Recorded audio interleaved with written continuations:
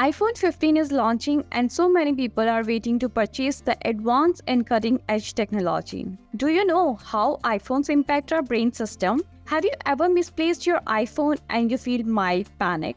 Around 73% of the population is experiencing this. The usage leads to anxiety, depression, poor sleep, and risk of car injury. When we have a phone like iPhone, it boosts our dopamine level. In our brain, we have 4 pathways, and 3 pathways are considered reward pathways. It has been seen that during addiction, all these pathways get dysfunctional.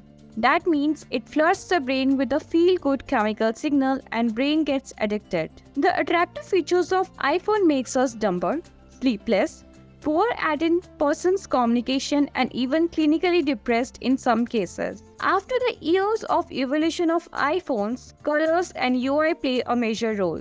That are equipped with dazzling array of graphics to keep your attention and trigger the sort of electrical activity in our brain that inspire dopamine-fueled happy emotions. However, our iPhone's well-being helps reduce blood pressure, maintain heart rate, give accurate readings for our oxygen saturation.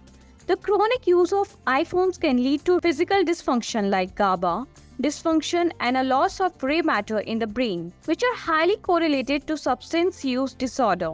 GABA is an inhibitory neurotransmitter that produces calming or euphoric effects. Give iPhones to very young ages has been rising up, which result in an increase of suicide rates as well.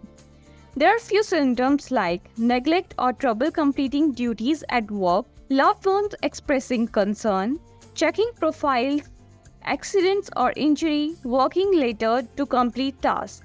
In the last, we will say, don't let your iPhone overpower you.